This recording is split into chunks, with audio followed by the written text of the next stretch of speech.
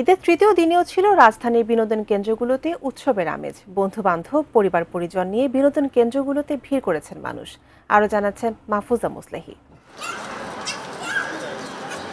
কর্মব্যস্ত জীবনের ফাঁকে ঈদ নিয়ে আসে আনন্দ এবং একটুখানি অবসর। ঈদের তৃতীয় দিনেও তাই রাজধানীর বিনোদন কেন্দ্রগুলোতে ভিড়। এবার নানা কারণে যারা বাড়ি যেতে পারেননি তাদের ক্ষেত্রে প্রিয়জনদের সঙ্গে ঈদ আনন্দ ভাগাভাগির উৎসব ছিল রাজধানীর বিনোদন কেন্দ্রগুলোতে। মেয়ের পরীক্ষা, এসএসসি পরীক্ষা, এই জন্য যাইনি। তো এই কয়দিন, 2 দিন ঈদ যাচ্ছে, বিভিন্ন জায়গায় ঘুরতেছি। কালকে থেকে আবার যথারীতি তারা পড়ালেখা শুরু করবে।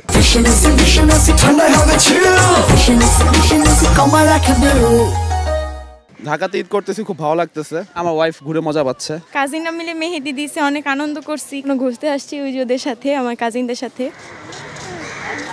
রাজধানীর রমনা পার্ক, নভ থিয়েটার, রবীন্দ্র সরোবর, শিশু মেলা এবং হাতিরঝিল ছাড়াও ঢাকার অদূরেই পূর্বাচলের কাছে জিন্দা পার্কে গিয়ে দেখা যায় দর্শনার্থী যারা তাদের বেশিরভাগই শিশু।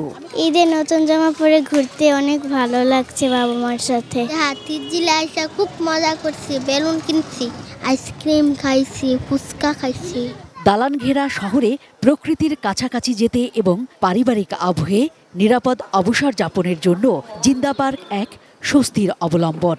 প্রাকৃতিক সৌন্দর্য, একটা শান্ত নিরিবিলি পরিবেশে সময় কাটানোর জন্য আদর্শ একটা জায়গা। সন্ধ্যা পর্যন্ত নিরাপত্তার ক্ষেত্রেও অভিযোগ ছিল না রাজধানীর বিনোদন কেন্দ্রগুলোতে।